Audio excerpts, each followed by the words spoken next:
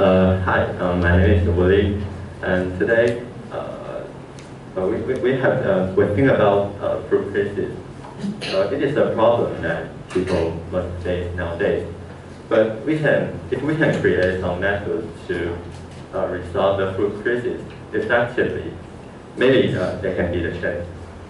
Today I would like to introduce a mystery animal called Elysia viridis. It is a kind of sea slug that lives in the shallow water. In appearance, it looks like a little leaf, and actually, they can do exactly what these can do. First, remember back to primary school biology. We know that chloroplast is a characteristic of a plant, right? Animals don't have chloroplast. Animals don't have chlorophyll. Animals can't photosynthesize. But all has been a past. These guys, they feed on algae, such as Codium tomentosum, to take on the chloroplast. During digestion, the photosynthesized cells from the algae are only partially destroyed. Their chloroplasts remain complete and allow Elysia viridis to take advantage of it. They are able to keep them from a long period of time, and if you shine light on the animal, it photosynthesizes. It leaves carbon and flows of oxygen. This is an example of chloroplastic symbiosis, or Kleptoplasty. In other words, chloroplast robbery. Now, the question is, how can it do that? Unfortunately, as yet, nobody clearly knows how they teach their chloroplast drowning. But there are a couple of theories so that they proceed, for example, gene transfer, to turn the genes in the algae into its own. And the other thing is that the chloroplast gene already exist in its body since their birth. Although this is hard to make a conclusion of how they use it, but first of all, we can also realize how important they use it. So in this research, Kleptoplast photosynthesis is nutritionally relevant in the sea slug. We will focus on the importance of photosynthesis to the life of Elysia viridis. The Kleptoplast in Chinese is called Liang. It is a special chloroplast that can run in animals' body.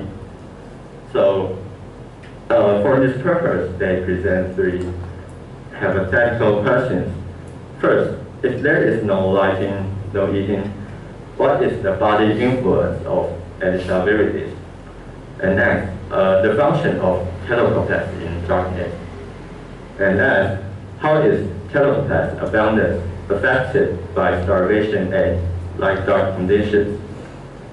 In order to discuss them, they prepared 3 sea slugs with different lighting conditions. The experiment time is 24 days, and they choosing the day 3, 10, 17, and 24 to measure. The first one, slug A, total lighting and eating as a control group. And treatment group, slug B, no eating but discontinuous light, about 14 hours light and 10 hours darkness in a day. And the last one, slug C, no lighting and no eating, put in the space of total starvation and darkness. Then we are able to observe what's the difference between these sea slugs. The conclusion is fresh weight. We can find that slug B is heavier than slug C significantly, and both of the treatment groups are lower than the control group. Their health is clearly reflected in their weight. Then go on the next diagram. Then we can also observe that slug C gradually becomes shorter over time, but there is no significant difference of slug B. It's still close to the control group. So they check out the hyperstructural imaging. In this picture, the more red part, the higher density of Kleptoplast, and the blue part quite opposite. We can find that Kleptoplasts are highly distributed in their parapodia, right there. And focusing on slug B, although it maintains its body length, but its red part and parapodia almost disappear. Not to mention slug C, it shrinks dramatically. So scientists speculated that they threw breakdown Kleptoplast to supply its latent energy. That is to say, they turn Kleptoplast into energy. So that's the reason they look thinner and thinner and eventually shrink. There's other evidence can prove this. The density of chlorophyll A. Both of the treatment groups' density were decreasing over time, and the slug C has greatly declined. So their ability of photosynthesis has become weak, and eventually they will lose this ability. So after having this data, we can get back to the first three questions. Body influence. According to the first two diagrams, they will be thinner first, then shorter, because their Kleptoplasts are highly distributed in their parapodia, and they cannot obtain living energy from photosynthesis. So they threw breakdown Kleptoplast to maintain this latent energy. And the next, our Kleptoplasts keep working in the darkness. No, just like normal chloroplasts, they cannot work in the darkness. And last, abundance. In the case of starvation, total darkness will make it lose its Kleptoplast. But as long as there is still a little light that can photosynthesize, it can still retain a certain abundance of Kleptoplast and body length. Last part, talk about methods. Samples of Elysia viridis and Clodium tomatosum were collected in the intertidal rocky zone of La Bruges Beach in Portugal. They took 30 samples of sea slugs at first. After they were brought into the laboratory, they were maintained in seawater with a fixed temperature and salinity, plus quantitative light for 16 days to allow them adapt to the environment of laboratory. And after that, pick up 3 of these 30 sea slugs randomly and divided them into treatment group and control group. And chlorophyll A measuring, they use imaging fluorometer, and hyperspectral imaging use hyperspectral camera system. So, according to this research, we can know the importance of photosynthesis to the Elysia viridis, and we can even say this is part of their life.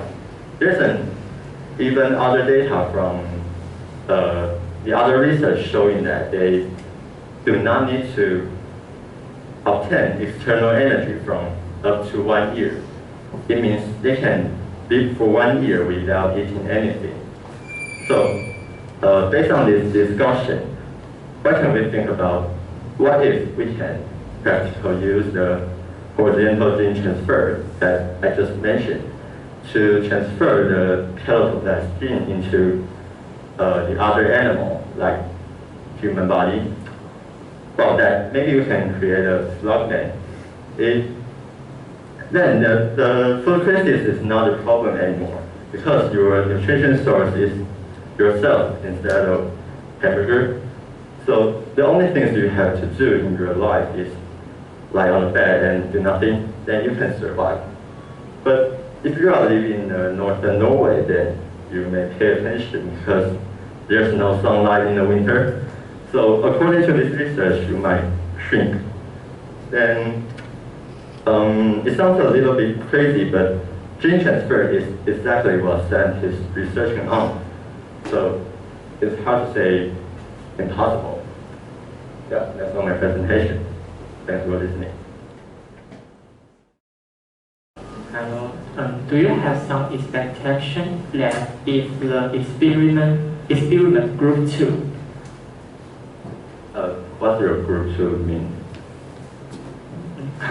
control and experiment group. Can you show the slide?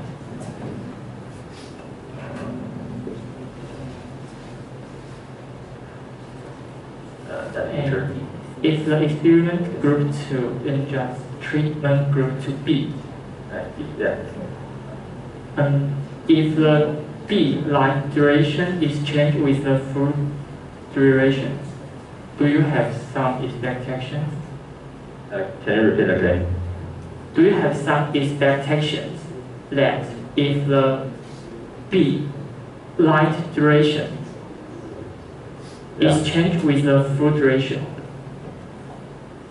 No, that's the material control. They remove its food, but control its lighting conditions. So the major condition is light. Yeah. So how long can the chlorophyll stay in the body? You say how long is the chlorophyll in their body? There's not mentioned in this paper, but other research shows that they can live up to 1 year approximately.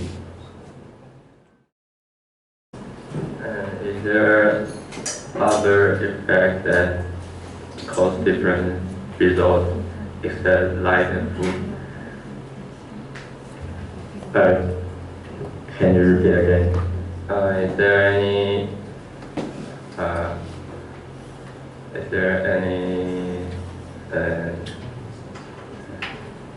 different condition cause the different results except the light and food?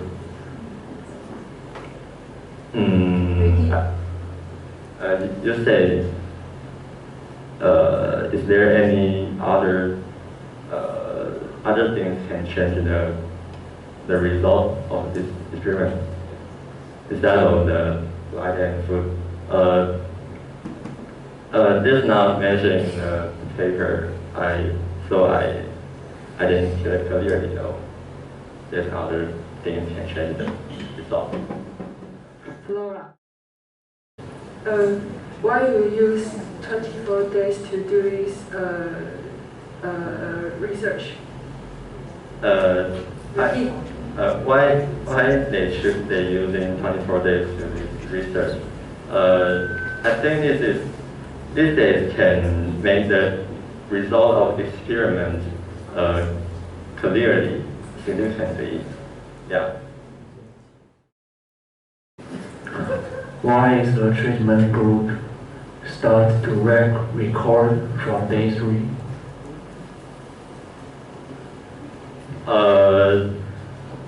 You say why the treatment group data start from day 3? I think they average divided the 24 days from total experiment time is average. How to explain? They pick up the time in the beginning, and beginning is the day 3, and the final day is 24 days, and they divide it into four parts.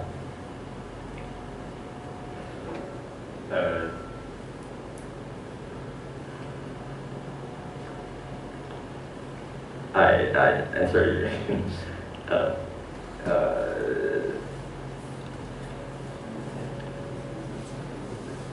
就是它平均分配工作时间，对。Alright, I will allow you to skip this question. Any further volunteer question? So I think you would agree that the story itself is quite interesting, and he also spent a lot of efforts on animations. So you see these cute, nice animations, and that's the first thing. That's a good thing, a strength of his talk, and also this experimental procedure was quite nicely explained, very clear. And he also tried to, in addition to the paper itself, he tried to link the story to something related to our daily life, like a food crisis, and then how to deal with food crisis. Maybe you can steal Kleptoplast from some plants to make yourself green. Okay, these are all very nice. All right, so what can he improve next time? So actually, you will see that in his talk he didn't have too much text. I think this one probably, okay. Actually, these, and these, they are all the same slides. So in fact, he only had one slide which has text here, all right? And in my own opinion, you have saved too much text. Actually, you need to add more because, for example, I remember when you were talking about maybe here, when you were introducing these animals, you actually talk a lot. As you see, you have your text here. However, there wasn't enough keywords. So you have to pay attention that if you did not print enough keywords, it doesn't need to be a full sentence, but you have to have enough keywords. Otherwise, it's very easy for us to drift away, especially those who cannot understand your talking. So you have to print keywords somewhere, which means you have to say more. And here, these animations are very nice, but it will be also very great that for each key movement, you can add a few keywords to help us concentrate on your talk. And the same thing also happened again when you were at the very end.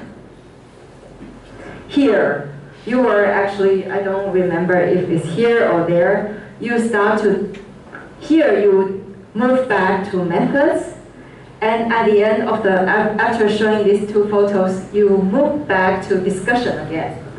You start to discuss. However, you don't see any relevant keywords here. So again, it's the time when we start to get lost. Because you didn't print any keywords, you only show these two photos, which are not actually related to the discussion.